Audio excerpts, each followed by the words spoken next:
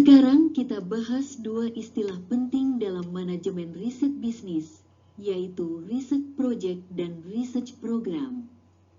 Satu, research project, proyek riset.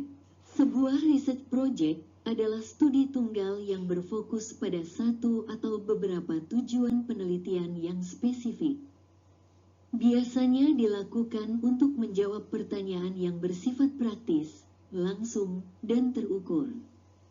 Contohnya, mengidentifikasi segmen pelanggan potensial, memilih paket asuransi karyawan terbaik, menentukan harga saham awal (IPO price) yang wajar. Proyek riset seperti ini bersifat operasional dan jangka pendek. Biasanya digunakan untuk membantu pengambilan keputusan taktis di perusahaan.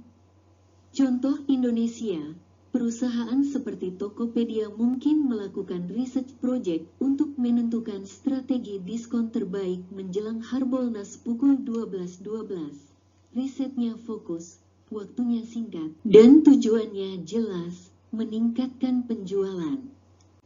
Research program, program riset. Berbeda dengan itu, riset program adalah serangkaian studi yang saling berkaitan dan bersama-sama digunakan untuk mencapai beberapa tujuan riset yang lebih luas dan strategis.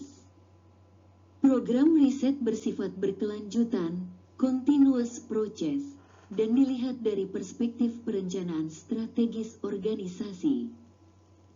Contoh, sebuah perusahaan seperti Bank Indonesia menjalankan research program tentang transformasi ekonomi digital yang melibatkan studi perilaku UMKM digital, studi keamanan transaksi (KRI). Ketiga riset ini tidak berdiri sendiri, tetapi terintegrasi dalam satu program besar untuk membentuk kebijakan nasional. Sebagai calon peneliti, penting untuk memahami bahwa setiap proyek riset kecil adalah bagian dari ekosistem riset yang lebih besar. Di dunia akademik maupun industri, hasil riset yang baik akan menjadi fondasi bagi penelitian berikutnya, membentuk program riset berkelanjutan yang memperluas wawasan dan dampak.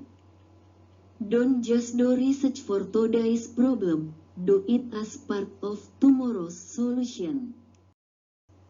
Mahasiswa sekalian, sebagai penutup bab ini, kita perlu memahami bahwa riset bukan hanya kegiatan teknis, tetapi juga tanggung jawab moral dan profesional. Inilah yang disebut integritas peneliti, researcher's integrity, dan standar profesional riset. A good researcher is not defined by the data they collect, but by the honesty with which they interpret it. Satu makna researcher's integrity. Integritas peneliti berarti menjaga kejujuran, objektivitas, dan tanggung jawab ilmiah di setiap tahap penelitian. Mulai dari merumuskan masalah, mengumpulkan data, menganalisis, hingga melaporkan hasil. Menurut Academy of Management 2020, research integrity refers to adherence to ethical principles and professional standards essential for the responsible practice of research. Peneliti tidak hanya mengejar hasil, tetapi juga menjaga cara mencapainya agar tetap benar secara ilmiah dan etis. Dua prinsip-prinsip integritas peneliti. Ada 5 prinsip dasar yang wajib dipegang oleh setiap peneliti profesional. Prinsip penjelasan contoh praktik honesty, kejujuran. Tidak memanipulasi data atau sumber. Menyajikan semua hasil, termasuk yang tidak signifikan. Objectivity, objektivitas. Tidak membiarkan bias pribadi memengaruhi interpretasi. Tidak mengubah hasil karena tekanan sponsor.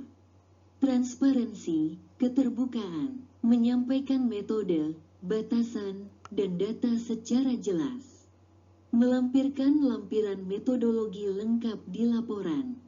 Accountability, akuntabilitas. Bertanggung jawab atas validitas riset yang dilakukan. siap menjelaskan prosedur jika diaudit. Respek, penghormatan, menghormati hak dan martabat partisipan riset, menjaga kerahasiaan identitas responden. 3. Peran peneliti sebagai profesional peneliti bisnis berperan ganda, sebagai ilmuwan, mencari kebenaran berdasarkan data dan teori. Sebagai konsultan atau manajer informasi, menerjemahkan temuan menjadi keputusan praktis. Untuk itu, seorang peneliti harus memiliki kompetensi profesional, yaitu menguasai metodologi ilmiah dan teknik analisis, menjaga scientific rigor dan ethical conduct, mampu menjelaskan hasil riset secara objektif kepada berbagai audiens, akademik maupun korporat. Contoh, seorang peneliti di Nielsen Indonesia tidak hanya menganalisis data perilaku konsumen, tapi juga bertanggung jawab memastikan bahwa proses riset sesuai standar ESOMAR Code of Conduct, Kode Etik Riset Internasional yang menekankan integrity, transparansi, and data protection. 4. Menjaga reputasi akademik dan kredibilitas ilmiah. Integritas peneliti juga berkaitan dengan reputasi ilmiah. Sekali peneliti terlibat dalam pelanggaran etika, seperti plagiarisme atau manipulasi data, reputasinya sulit dipulihkan. Karena itu, mahasiswa perlu membiasakan diri sejak dini untuk menulis dengan sitasi yang benar. Apa 7th edition, menyimpan dokumentasi riset dan log data. Tidak memoles hasil hanya agar terlihat signifikan, menyampaikan keterbatasan penelitian secara jujur. Konteks Indonesia, perguruan tinggi seperti Universitas Bagri, UI, dan UGM kini mewajibkan pemeriksaan Turnitin dan ethical clearance sebagai syarat publikasi, langkah penting untuk menanamkan budaya integritas ilmiah. Tantangan profesionalisme di era digital dan AI membawa tantangan baru bagi integritas peneliti. AI generative content, hasil dari ChatGPT, Gemini, atau tools lain harus diakui dan disitasi sesuai etika akademik. Data privacy, peneliti wajib patuh pada UU No. 27/2022 tentang perlindungan data pribadi. Algorithmic bias, peneliti harus memastikan model analisis berbasis machine learning tidak diskriminatif.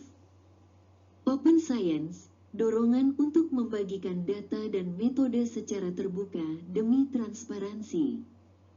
Using AI tools in research is acceptable, but claiming their output as your own is not.